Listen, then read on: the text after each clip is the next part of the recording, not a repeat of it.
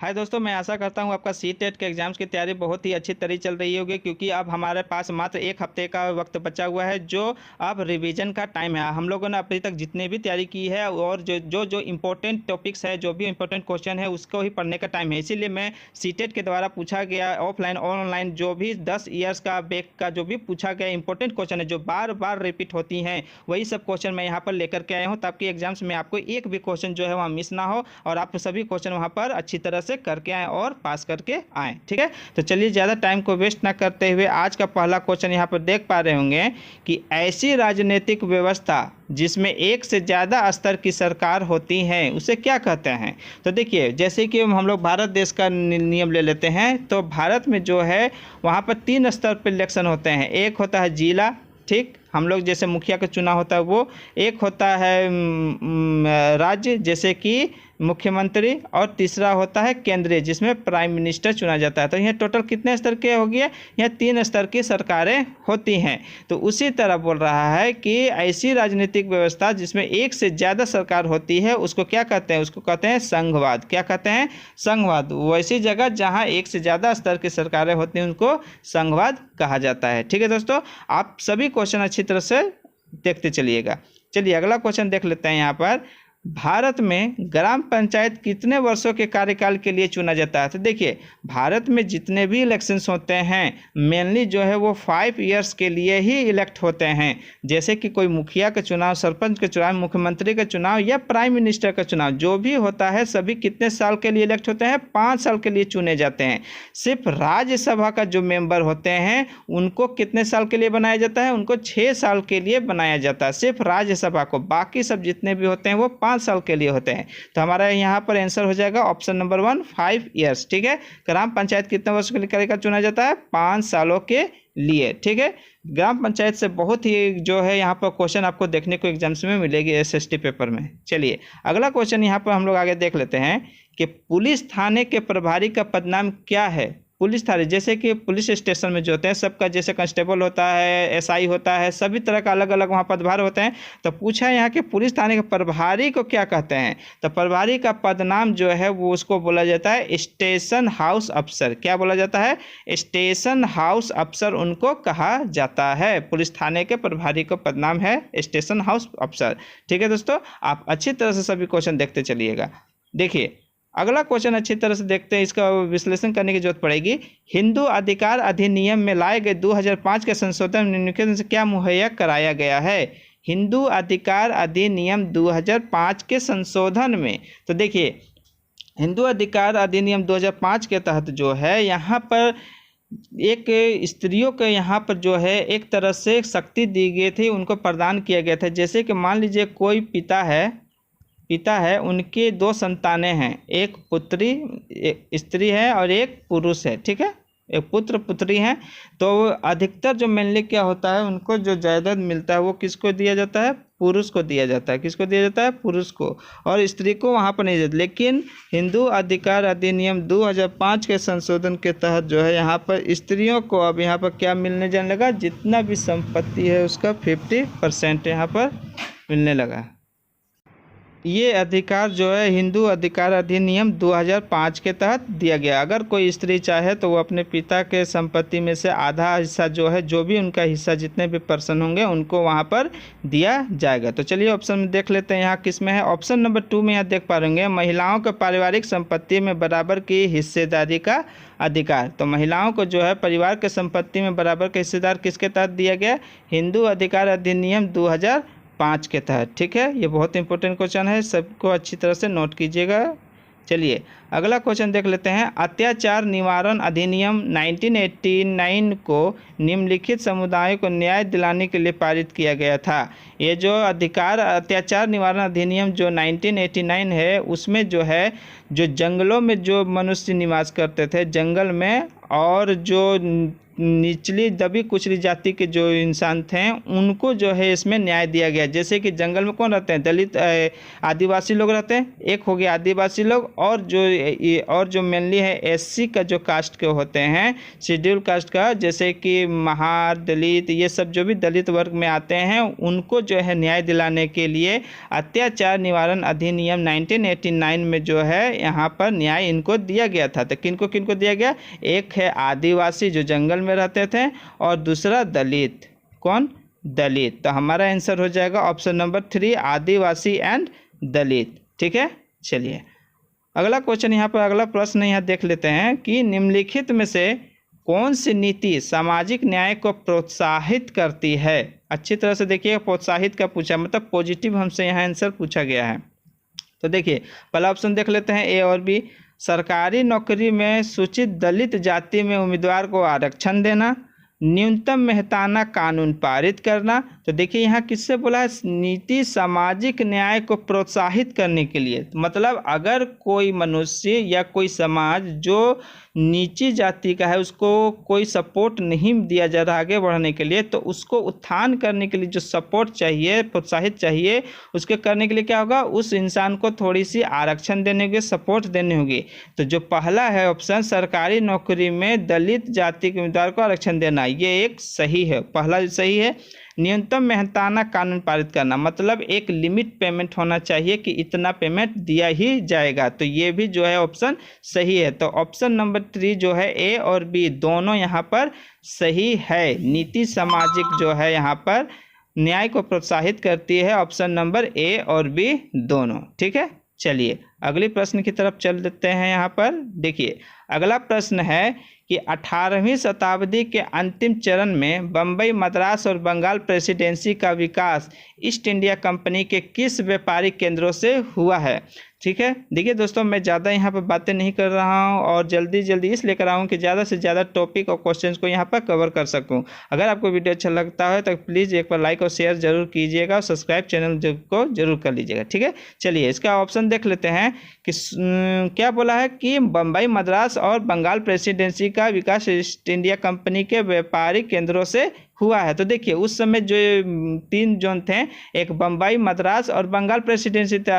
अंग्रेजों के समय 3 प्रेसिडेंसी थे, तो तीनों प्रेसिडेंसी में दिल्ली तो होगा नहीं, ठीक, पुणे भी होगा नहीं, दिल्ली होगा नहीं। तो देखिए एलिमिनेशन मेथड से हम लोग यहाँ पर तीनों ऑप्शन जो है यहाँ पर कट गया। ठीक है, बचा कौन? सूरत, मद्रास और कलकत्ता। यहाँ पर जो है व्यापारिक केंद्र यहाँ पर लगाई गई थी, क्योंकि अंग्रेजों के द्वारा। क्यों? क्योंकि जब वो यहाँ पर आए थे तो सूरत में ही पहला वहाँ पर फैक्ट्री डाले थे, और एक मसूलीपट्टनम में, 2 जगह वहाँ पर उन्होंने अपना फैक्ट्री को स्थापित किया था। कब? 1600 आने के बाद। 1600 में इनको अधिकार मिला था पूर्वी प्रदेश में व्यापार करने के लिए। ईस्ट इंडिया कंपनी को किससे मिला था?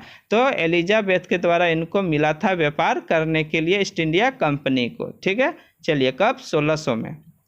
चलिए अगला क्वेश्चन देख लेते हैं। सूफी संत के मकबरे को जाना जाता है। सूफी संत का मकबरा, ये जो इस्लाम धर्म के जो भी मानने वाले होते हैं, उनके जो सूफी संत होते हैं, उनके गुरु जो होते हैं, उनको मकबरे को क्या कहा जाता है? तो देखिए उनके मकबरे को जो है वो दरगाह कहा जाता है। क्या कहा जाता है? दरगाह। खानकाह क्या कहा जाता है? खानकाह उसको कहा जाता है जहाँ पर वो अपने प्रवचन देते हैं या मीटिंग करते हैं, रहते हैं, उनको खानकाह कहा जाता है। ईदगाह जहाँ पर वो अपना प्रे करते हैं उसको ईदगाह कहते हैं। ठीक, लेकिन हमसे यहाँ क्या पूछा था? मकबरा। मकबरा मतलब जब वो मर जाते हैं तो उनको जहाँ दफनाया जाता है उसको बोलते हैं मकबरा, तो उनको क्या कहा जाता है? दरगाह कहा जाता है। हमारा आंसर यहाँ हो जाएगा, सूफी संत के मकबरे को क्या कहते हैं? दरगाह कहते हैं। ठीक है, चलिए अगला क्वेश्चन देख लेते हैं। यहाँ पर विशिष्टाद्वैत का सिद्धांत 11वीं शताब्दी में प्रस्तावित किया गया था। क्या बोला है? विशिष्टाद्वैत का सिद्धांत 11वीं शताब्दी में प्रस्तावित किया गया था। किनके द्वारा? तो देखिए ये जो सिद्धांत है, विशिष्टाद्वैत सिद्धांत जो है वो किया गया था रामानुज के द्वारा। किनके द्वारा?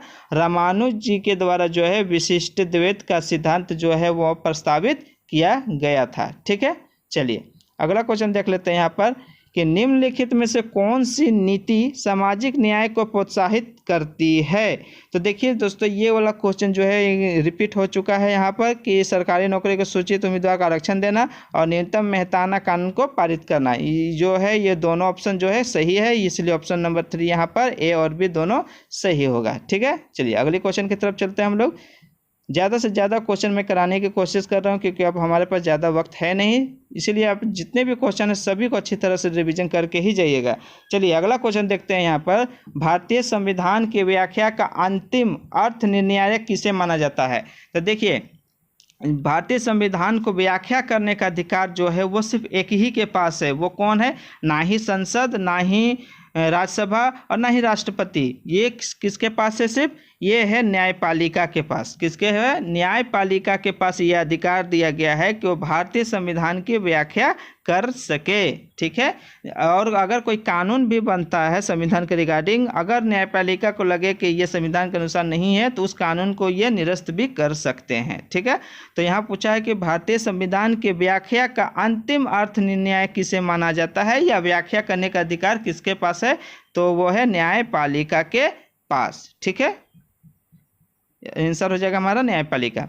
चलिए अगला क्वेश्चन देख लेते हैं यहाँ पर कि सौर मंडल में हमें जैसे जैसे सूर्य से दूर जाते हैं तो क्या होता है। देखिए, जैसे कि ये सन है, ये सन है, सन से सौर मंडल में हम जैसे जैसे सूर्य से जैसे जैसे दूर जाते जाएंगे तो क्या होगा। तो देखिए यहाँ पर ऑप्शंस है, ग्रहों द्वारा सूर्य की ओर एक परिक्रमण करने की अवधि बढ़ जाएगी। अवधि तो जो उनका है वही रहेगा। ग्रहों द्वारा सूर्य के चारों ओर परिक्रमण करने की अवधि घटती जाएगी। नहीं, ये भी नहीं होगा। सूर्य के बहुत नज़दीक के ग्रह गैस और तरल पदार्थों से बने होते हैं और सूर्य से बहुत दूर स्थित चट्टानों से बने होते हैं। ऐसी कोई बात नहीं है। तो हमारा जो एक बचा वो है ऑप्शन नंबर 3, ग्रहों का आकार जो है वो घटता जाता है। सूर्य से जितने दूर जाते जाएंगे वैसे उनका जो है आकार जो है वो घटता चला जाएगा। तो ऑप्शन हो जाएगा हमारा ऑप्शन नंबर 3 आंसर। ठीक है, चलिए अगला क्वेश्चन देख लेते हैं यहाँ पर कि दिए गए लक्षणों ए और बी के आधार पर महाद्वीपीय पहचान करें। ठीक है, क्या बोला है? महाद्वीप का पहचान बोला है यहाँ पर। ठीक, कॉन्टिनेंट का सवाल यहाँ पर है। देखिए दोस्तों, आपको वीडियो में एक बात बताना चाह रहा हूँ कि ये जो सीरीज चल रही है, एक है कि 10 इयर्स का जो प्रीवियस ईयर को जितने भी क्वेश्चन इंपॉर्टेंट सीटेट का, उसका अलग से प्ले लिस्ट चल रहा है जो आज का क्लास है। एक क्लास चल रहा है कि जितने भी इंपॉर्टेंट क्वेश्चन है 1000 आने की संभावना जो पूरी है, उसका अलग से एक वीडियो रोज अपलोड होती है, उसका अलग से प्ले लिस्ट है और सभी का जो लिंक है मैं वो डिस्क्रिप्शन में दे दिया हूँ। ठीक है, तो चलिए इसका क्वेश्चन देख लेते हैं कि पहला देखिए ऑप्शन क्या है। यह विश्व का सबसे छोटा महाद्वीप है जो पूरी तरह से दक्षिणी गोलार्ध में स्थित है। पृथ्वी जो है वो जब विषुवत रेखा बीच में काटती है तो एक होता है उत्तरी गोलार्ध, एक होता है दक्षिणी गोलार्ध।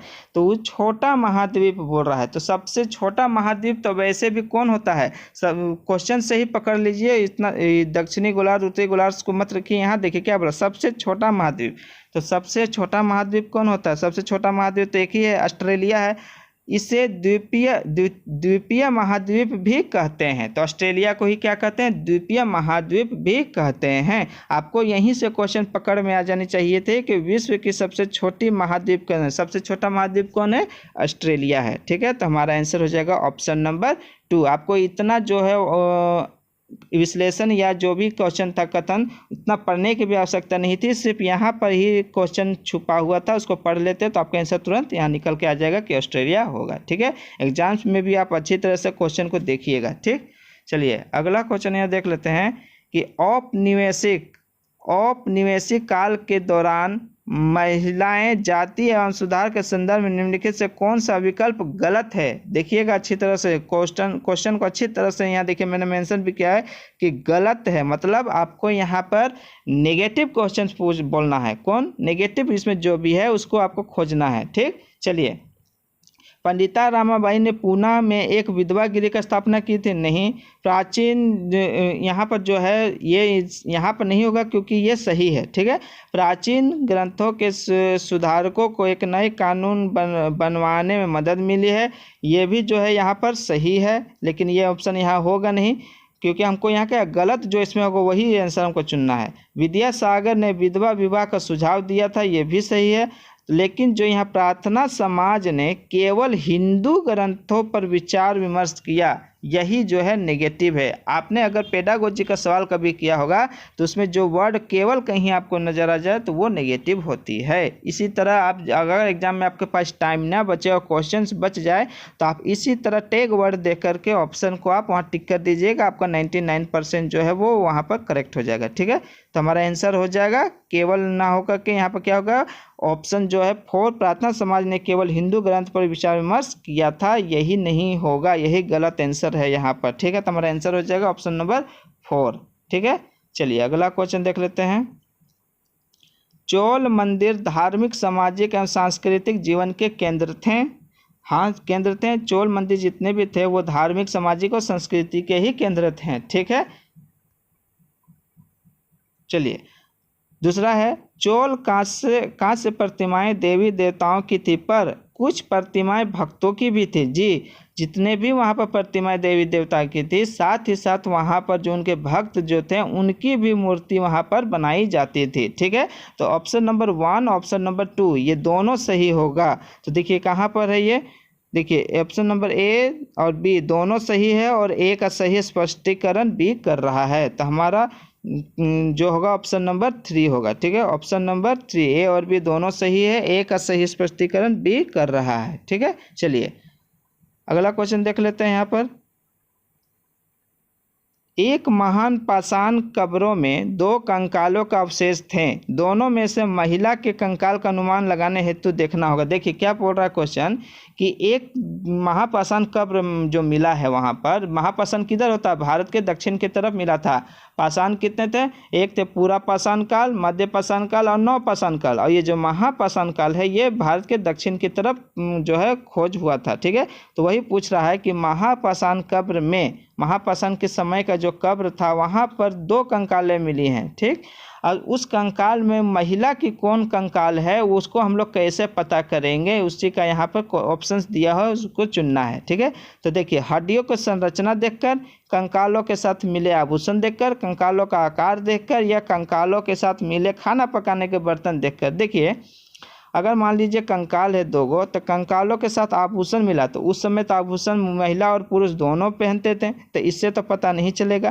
कंकाल का आकार देखकर, आकार से कैसे पता चलेगा, मान लीजिए कोई पुरुष जो है 5 फुट का है और कोई महिला जो 6 फुट का है, तो ऐसा तो नहीं है कि जो 6 का होगा वो पुरुष हो जाएगा, ये भी नहीं होगा, आकार से नहीं होगा। तीसरा, कंकाल के साथ मिले खाना पकाने के बर्तन, तो खाना पकाने का बर्तन मिला, इससे तो कोई जाहिर नहीं होता कि महिला ही होगी, पुरुष भी खाना बना सकते हैं। तो ये तीनों ऑप्शन जो है यहाँ पर गलत होगी। तो बच्चा हड्डियों की संरचना, हड्डियों की संरचना इसलिए क्योंकि महिलाओं का जो बॉडी स्ट्रक्चर होता है वो पुरुषों से अलग होती है, जिससे बच्चे के जन्म की तरफ उनके कमर का जो स्ट्रक्चर है वो बड़ी हो जाती है। इससे उनको पता चलता है हड्डियों की संरचना से, इससे पता चल जाएगा कि कौन सा हड्डी महिला की है और कौन सी हड्डी पुरुष की है। तो हमारा आंसर यहाँ पर हो जाएगा ऑप्शन नंबर 1। ठीक है, हड्डियों की संरचना को देखकर। ठीक है, केवल 1 जो है, ऑप्शन नंबर 1 केवल 1 जो है ये वाला वही हमारा सही हो जाएगा। ठीक है, तो दोस्तों आज यहाँ पर इस वीडियो को यहीं पर रोकते हैं। ये सीरीज़ जो है लगातार रोज़ आएगी, दिन में 2 या 3 वीडियो आएगी। एक 1000 सीरीज वाला क्वेश्चन आएगा, इंपॉर्टेंट क्वेश्चन वाला, और एक 10 साल का जो प्रीवियस ईयर क्वेश्चन है सीटेट का, वो एक वीडियो रोज़ आप लोग को मिलते रहेंगे। एग्जाम्स तक आप लोग सभी क्वेश्चन को अच्छी तरह से रिविजन करते रहिए, आपको यही क्वेश्चन जो है डायरेक्टली एग्जाम्स में देखने को मिलेंगे, जिसमें 60 में से नहीं भी तो कितना जो 50 से 55 क्वेश्चन आपको वहाँ पर डायरेक्टली देखने को मिल जाएगी। इसीलिए आप लोग जो है क्वेश्चन यहाँ पर मिस ना कीजिएगा। जितने भी मैं यहाँ पर वीडियो डाल रहा हूँ सभी को वॉच करते चलिएगा। ठीक है, और बाकी सबका वीडियो का लिंक डिस्क्रिप्शन में दिया हुआ है, या चैनल में जाकर के सभी का प्लेलिस्ट अलग से बनाया हुआ है, जाकर के सभी वीडियो अच्छी तरह से वॉच कर लीजिए। और अगर वीडियो अच्छा लगता है तो कृपया लाइक, शेयर और सब्सक्राइब कर दीजिएगा। तब तक ले मिलते हैं अगली वीडियो में, तब तक ले थैंक यू, धन्यवाद।